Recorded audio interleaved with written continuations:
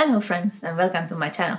For a long time I wanted to make a Victorian mourning dress. Many people like their aesthetics and Halloween is coming and I have a costume party coming up in which a Victorian mourning costume would actually be quite suitable. I found this pattern, it's by Ageless Patterns. I bought it as a PDF pattern and printed it out. I found two pieces of wool fabric. These are Italian suiting fabric. Because these are factory remnants, these are not exactly the same fabric and I can actually see it if I look at the selvages.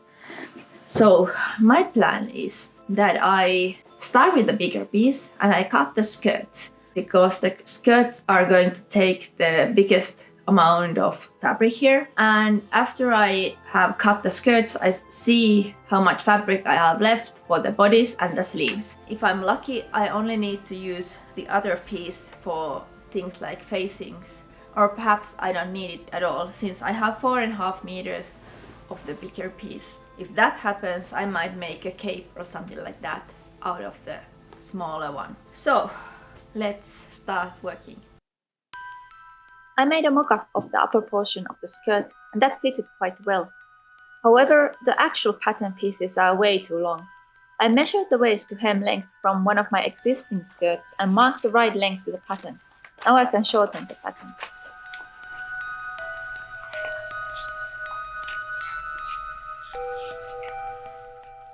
Notice how I saved printing paper by printing only the edges of the huge pattern pieces.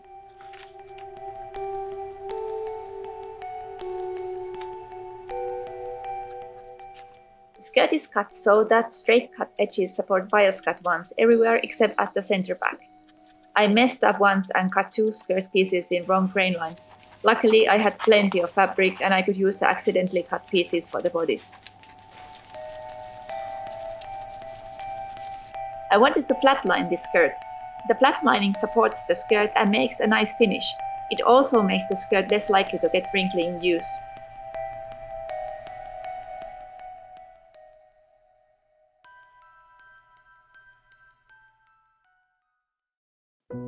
Now, the first thing to do is to baste the lining to the skirt. We want to be able to treat these pieces as one when we are sewing.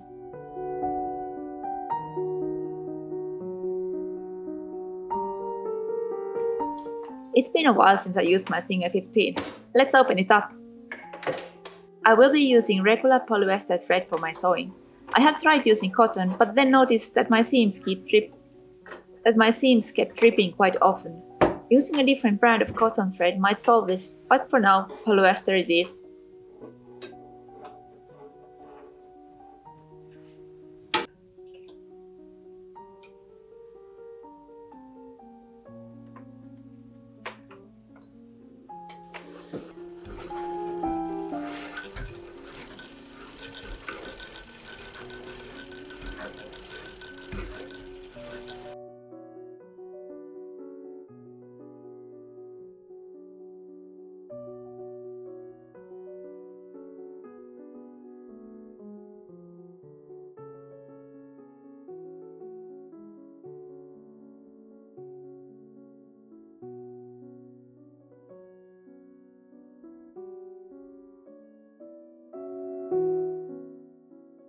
I start from the darts.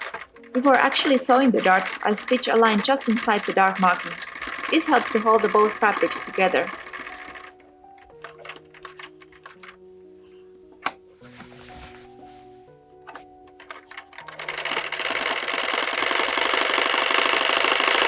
Then I can stitch the darts and the long seams.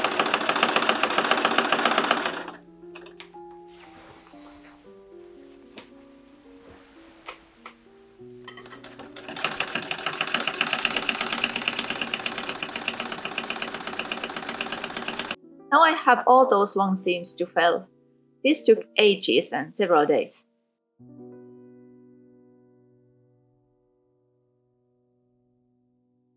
I still found some time to go outside to stretch and to take a walk in the forest.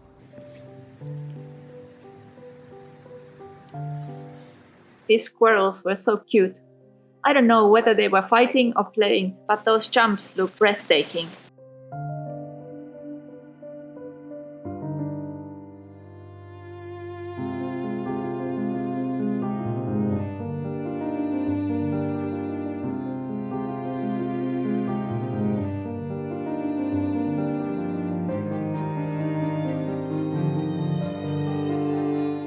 Just a few steps from the squirrels, I spotted a deer behind the bushes.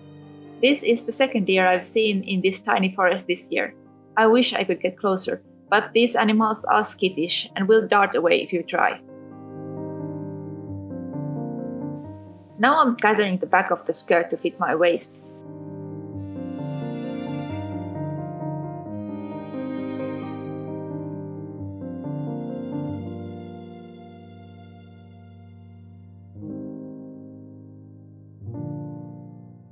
Before the waistband, I'll have to take care of the placket closure at the back.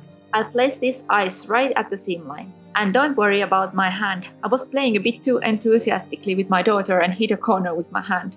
So here it is in all its yellow and green glory.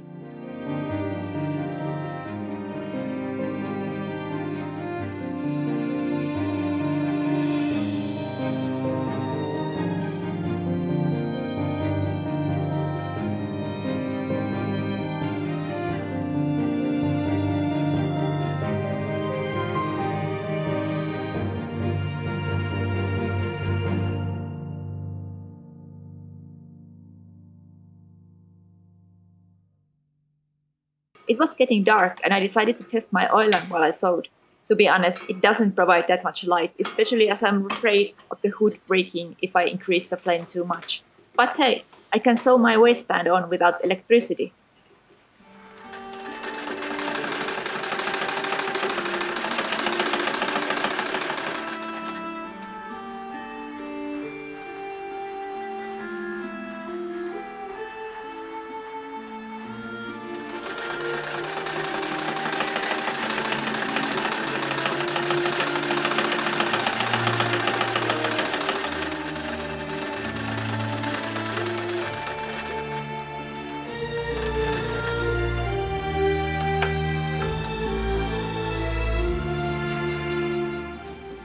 I sewed on the waistband yesterday. There's still hook and eye missing and I haven't ironed the waistband, so it looks a bit weird. But we can still put this on with the help of a pin.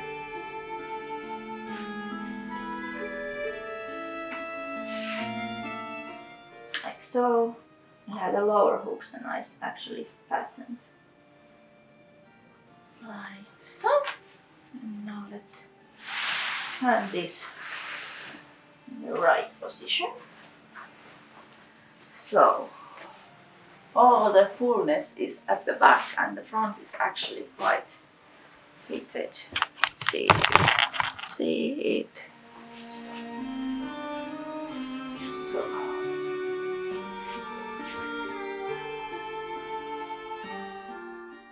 I needed some hooks and eyes and some little bits for my costume, so I can now show you what I got. I got these basic black hooks and eyes, but I also got this hook and eye tape. I'm debating with myself whether to use this hook and eye tape or these separate hooks and eyes, because with this tape might add a little bit strength to the fronts, and that might be a good thing. And I also got this kind of foldable, I don't know whether it's wool or cotton or whatever, trim that I can put to the hem. And I got this black braid to decorate the skirt. I also have this black trim that I got previously, and this is going to be decorating the bodies.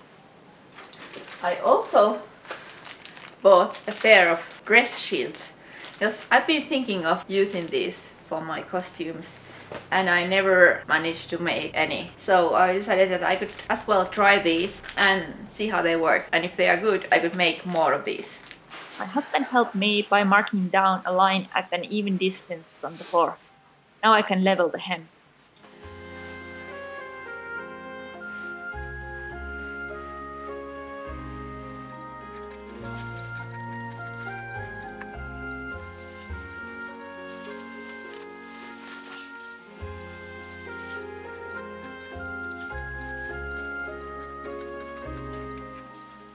Then I need to make the facing. I'll make a simple straight facing, which I have seen in numerous extant skirts. I'll just cut strips of cotton and make a long strip.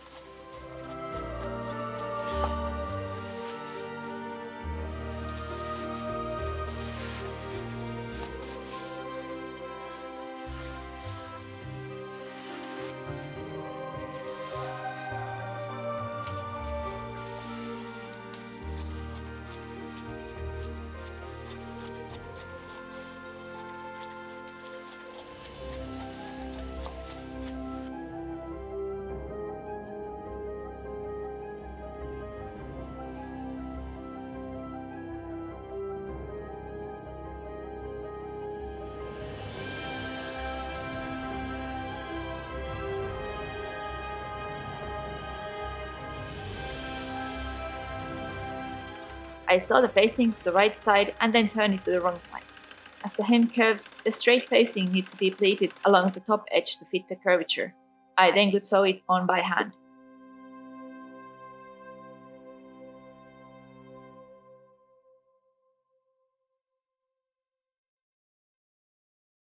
I finished the hem with hem tape that protects the hem from wear and tear.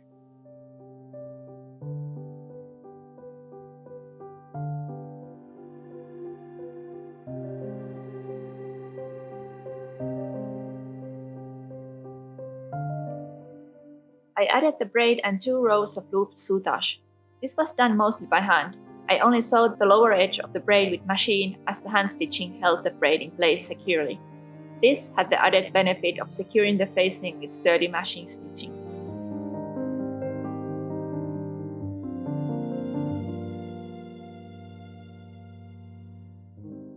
I will not show you the finished skirt right yet. To see it, you'll have to follow the project. So subscribe to my channel to see how the rest of the morning costume is made. Thank you for watching and see you soon. Bye!